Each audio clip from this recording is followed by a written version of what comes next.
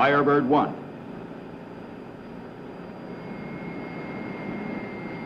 Firebird 2. Firebird 3. Experimental car. My name is Fred Haustein. I worked at GM Research in the gas turbine department, and I'm not going with dates, but after 13 years I left research and I went to Eaton Research in Southfield, where we had our own turbine program there. We had turbine and lawnmowers, snowmobiles, generator sets, even had one in a Harley Davidson. I retired in '89 from Eaton Research, and I started teaching at Ross Career School in the Big Three in the plants, and I also taught at Macomb Community College, where I retired after 25 years part-time there. I started at Tracon Show and Display. They were doing show cars part-time. That's where I went to work on the Firebirds. I was teaching at GM, and a guy come in and said, Firebird 1 is out in the garage. Anybody wants to see it? And I said, well, I used to work on it. So they called me and they said, would you come down and get them running? And I said, yeah, I did. They had all three of the Firebirds tore down. They said they had good technicians there, but they didn't know anything about turbines. And I had worked at research, so I knew. So I went down, and they had all three cars tore completely down, and they didn't know how to put them back together. So I had to organize the shop. I met Fred back at the company when I first started. They brought him in because he was one of the lone survivors that originally worked on the Firebirds, and he taught me a lot about working on them and what to look for, and he was hands-on right through the start and finish of restoring all three of the vehicles. Here is some pictures. This is Firebird 1. They had it tore down to the chassis. I think there's a picture of me right in the background. This is the compressor wheel out of Firebird 1, turbine wheel. This is Firebird 2, tore down. And the shop was a small shop. It was on 14 Mile. They only had one hoist. They had to push cars out in order to get another car out. But it was a mess. So all of the engines were all over the place. We had to scout for where the parts were. They had Firebird 1 tore down, and I said, where's the bearings? They said, well, they were going to put new bearings in. They threw them out. And you can't do that. So we got it back together. First off, to know where the Firebirds came from, it was Harley Earl's dream of a car of the future. And he designed Firebird 1, 2, and 3, or had them designed. By 1955, U.S. car production reached its highest point to date, and Americans were treated to ever-increasing fantasies of what the car of the future might be like. This concept car is the 1955 Firebird 1. What comes out of here is the exhaust at 650 degrees, and if you stay in one spot long enough on acceleration, you will burn the pavement up in the back of the vehicle. Firebird 1, the Daytona 500 is a Harley Earl memorial race, and on top of the trophy is Firebird 1, if you watch it. The car had universal joints on the axle. Firebird 1 did not have a differential in it. They put U-joints out on the end of the axle shaft. So the car was made basically to go straight. If you went around a turn, you had to slide it because one wheel was turning faster than the other. And we've run Firebird 1 at Daytona 3 or 4 times now. I don't remember exactly how many. The last time Harvey drove it there, they broke both U-joints. And I said, put a stronger U-joint on the axle shaft. And Harvey said, no, if you did that, you'd break the transmission. So it's like a fuse. I don't think that was intended that way, but that's the way it came out. Sunday's paper, I cut this out. Here's a picture of Harley Earl in Detroit Free Press on the car he designed back in '51 at Research. So his name is still around. The cars were his idea of the future. Now, Firebird 1, they made some mistakes. This was flowed in a wind tunnel for aerodynamics, and the idea was they're going to have a perfectly aerodynamic car. And one of the mistakes they made was they didn't make the bubble high enough.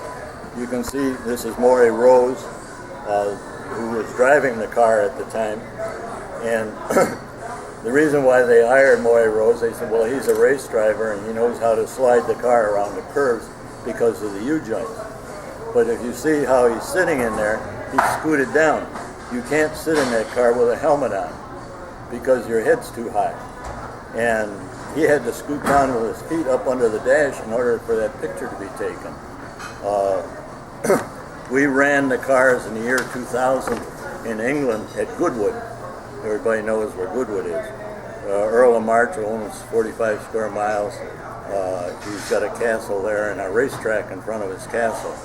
And anybody that knows anything in racing wants to go to Goodwood. So we ran all three of the turbine cars at Goodwood.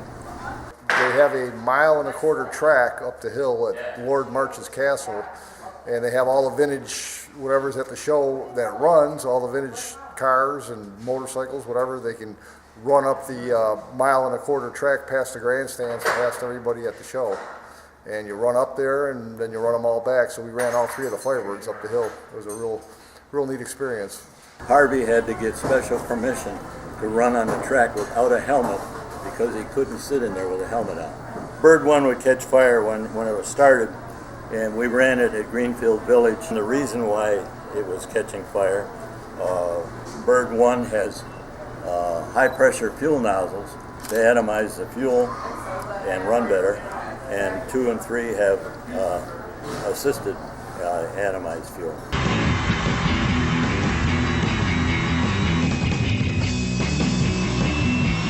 We ran Firebird 1 at Greenfield Village, and they stopped running it because they were afraid somebody would get hurt. There's pictures here of the 3 cars on the courthouse steps at Greenfield Village. There they are here. There's Firebird 1 going down the street to Greenfield Village. We've had the cars all over. There's my family. There's my grandkids. They're in Firebird 2. That's at Greenfield Village. There's my son and his wife and the 3 kids. Those 3 kids are now in college. Here is the Firebird 1. They had an oil furnace type gear pump. It wasn't putting out enough pressure to light the fuel nozzles, to light the fire enough. So I added a high pressure pump in series with the mechanical pump. They said it couldn't be done, but it's working. So I had high pressure for the nozzles to come out for a light and then run. This was at the Dream Cruise. We were on Old Woodward Avenue. We didn't have 1 there, but we had 2 and 3. Here's 1, 2, and 3 at Oakland for the Elegance. This is the Dream Cruise. The cars lined up on Woodward. Firebird 3. Yeah, that's me and one of the guys' wife. This is in England when we went to Goodwood. This is his castle. Ford put these cars up here. There's the 24 car. That's one of them we took from Daytona. And that's the test track at Goodwood. And over there they put hay bales, 3 high and 3 deep. And you run off the track, you're just going through hay. And it was a mile up the hill. It came through oak trees, went in front of his castle and up to the top, and then back down. England and France had their turbine cars there. They didn't run. We ran all 3 of ours. There's a French car. No, that's an English car. English turbine. That was in production. These are the 3 Firebirds in England. All of them ran. They ran up the hill. A lot of people ask, what's the emblem on the rudder? That's the GM Airlines emblem. GM actually had an airlines one time. It flew out of City Airport. And the probe sticking out of the rudder is a pedostatic probe that measures airspeed. All airplanes have a static probe. This is Firebird 1 at GM when they had their 50th anniversary. Rod Green got the car down for us for their anniversary, and I lectured the students on turbine engines and showed them what was in Firebird 1. Now here's wheel out of Firebird 1. The one time we were supposed to take it to Daytona and it quit running. It just locked up. And you can see at the top here, there's 5 blades that were heavily damaged. And that's because the shroud around it warped. And I put that due to over temperature starts. It may not be, but anyhow, that was a common problem. The shroud was made in splits, and it would curl up and warp, and when it did, it would catch a blade, and that's what happened. These blades were made out of GMR 235. I remembered that. And I looked at that and I said, I'm not a metallurgist, this thing will never run again. But what I did is I took the hub and had it x-rayed to make sure it wasn't cracked. I had a disc explode on me in a test cell one time, and I remembered that.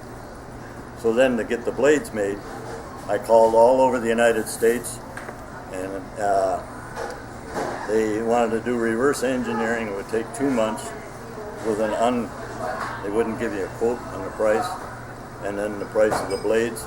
The cheapest I had was Syracuse, New York for $65,000 to make 5 blades.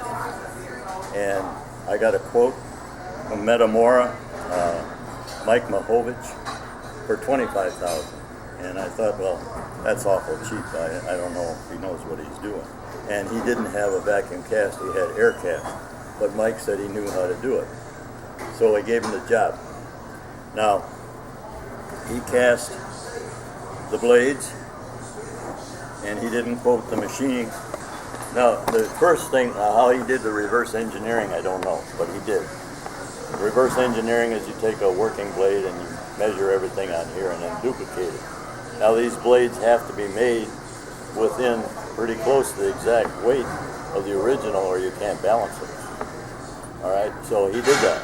And how he got this sample, I don't know that either, but that's his secret. So now this is the wax blade, and they call that lost wax process. They put it in sand, they pour the metal in there, the wax melts, it's lost, and you get a blade that looks like that. There is the blade, that's one blade. And now you got to machine that. Here, the machining on the cast blade is what they call a Christmas tree. That's what it looks like here, and it has slots in it, and the slots are fit into the disc this way, and it slides in, and you have to have a set clearance in there this way for expansion, and back and forth this way. And then there's a slot in here for a pin, and they use untreated dowel roll rod for the pin to hold that blade in there. And there are 65 blades. This is the power turbine. You have 2 turbine wheels. You have the gasifier, which is in the front from the burners, producing the gas, and then this is the power that absorbs it to drive the drive shaft that drives the wheel. This is not a jet, it drives the transmission, which powers to the rear wheels. I'll say right now, these cars don't have engine braking. Engine braking is when you back off from the throttle, your pistons drag it down. That's braking. These are freewheeling. There is no engine braking now. There's a third engine they designed, 309, does have engine braking. I don't know where that's at. I suspect it's in a car in the GM lobby. I'm not sure. Okay? So we did that. Then the next thing that come up, you have to balance that. Now you can't grind on this hub. When they balance something, they'll go 180 degrees from where it's out and take a little metal off to balance it out. Well, you can't grind on this. So what I did is I took Hastelloy and a 50 thousandths plate of Hastelloy I put over where the bolt holes are. And I put 3 tabs out this way so you could bend the tab over and lock the bolt. You could also use the Hastelloy plate to grind on, because you can't grind on a hub for balancing. Well, the first mistake we made is we put all 5 blades back in where they came out. Now these blades were a few inches heavier than the original, so you multiply that by 5, and the guy called me from the balance shop and he said, you can't balance it, it's out too far. So we moved the blades, put every 5th blade, we put a new one in around the wheel, and then he called and he said it fell in. So that's how we balanced it. And I lucked out. I didn't know where to go for balancing. I looked in the phone book, Mound Road, right up 16 Mile Road, Herndon. He was balancing unlimited race boat blades. And he said, yeah, I can do that. And he did. He did a good job.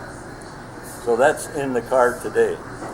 Now the rest of the car, the Firebird 1, is simple cycle. It doesn't have regeneration. When the Firebird 1 made its debut at the 1954 Motorama, it was nicknamed the Rolling Test Tube, even if it didn't yet offer practical transportation. It was a jaw-dropper. And the regeneration is what Firebird 2 and 3 have, is where a regenerator turns and it picks up heat from the exhaust and transfers it back to the inlet. And you gain, say, 100 degrees. You got that much less you have to heat with the burner. At cruising speed, the turbine engine hums along at 28,000 RPM and gets 15 miles to the gallon. I was asked, would the car go around the Daytona track on a tank of gas? I didn't know. And I think the estimated fuel consumption was 0.8 gallons a minute at 100% throttle. Well, you don't know what speed he's going to run at, and you don't know how far, well, we knew how far around the track was, but we weren't sure it would make it. Well, he went up there and run 1 lap, and yeah, it made it around fine. When they first started running at Daytona, the drivers down there were kind of iffy about running the car. They said, you're going to get the car all dirty with oil, or the track dirty with oil and everything for us. And when they lifted the hood, they said, no, this is not junk. And that's what the comment they had in the first place. And after that, they were welcome down there. The reason why you don't see one on TV is because the pace car looked at that big exhaust and they said, you're going to run in front of us, you're going to run at 50 miles an hour and we'll run at 20. So for that reason, Firebird 1 was always way out in front of the pace car, and it never got on the camera. They were always on the pace car with the camera. But when the race was over, one was parked alongside where they gave the trophy out, and that was one on top of the trophy. After Firebird 1 was 2. 2 was supposed to be a family car, 5-passenger, and then from 2 it went to 3, where they improved on all the faults that was in 2. And 3 is the car without a steering wheel, and it has a stick for steering this way and gear shift back and forth. Harley Earl's idea was the shaft from the steering wheel would kill the driver and do away with the shaft. You wouldn't have that. And you were supposed to be able to steer from either side in the front. It had a lot of benefits. It was hard to learn how to run 3 with the fixed steering. Joe Bidwell is one of the men who helped task force this project at Research. We at Research think of Firebird 3 as an experiment, an opportunity to integrate and try out ideas. Many original engineering features have been incorporated into this chassis. The frame, for example, with its rigid spine and wishbone construction to accommodate the passenger and engine arrangement. When we went up the hill with the 3 cars at Goodwood, they wanted a GM person to drive the cars. And Larry Palloon worked the styling at the time. He was the one that got Goodwood started with the cars. And he drove 2 up by himself, and Harvey drove 1. They had one of the technicians that was handling the cars drive 3. Well, he had just one day of learning how to handle it with a stick, and he was afraid. So I rode with him up the hill, and it had a special transmission in it, and it didn't shift till you got up to 30 miles an hour. he was afraid to go over 30 miles an hour with the thing because of the steering. So he finally got to the top of the hill and it shifted in a second and ran all right. Now the Firebirds are in his shop. One was there before Christmas, about 2 weeks ago, and they've had it over in the styling lobby with a big bow on it. It does run, but they don't have the safety. I put over temperature safety device on one after we had the accident with the turbine wheel, and the relay burned up. So they've got a new one, but they haven't installed it yet. Tree is over in Harvey's shop right now. It has a Honda engine in the front for auxiliary, and they're having trouble with it running, and he's adjusting that now. But all of the cars come back to his shop. Picked out all 3 Firebirds out from the museum. They were out at Henry Ford, and we brought them all into the shop and restored all 3 of them from bottom to top. Went through the whole transmissions and engines, and got them all running again, and took them all over the world and all over the country on tour. But Harvey is the only one I know that has driven the car. He's driven it at all the shows. You have to know something about the engine to get it started, and you have to know something about it to handle it. It's not just an everyday car to drive. So R&D designed to showcase gas turbine technology to demonstrate how you could get a gas-fired turbine into the everyday automobile. Key on, fuel pump. Pressure's up over 100, crank.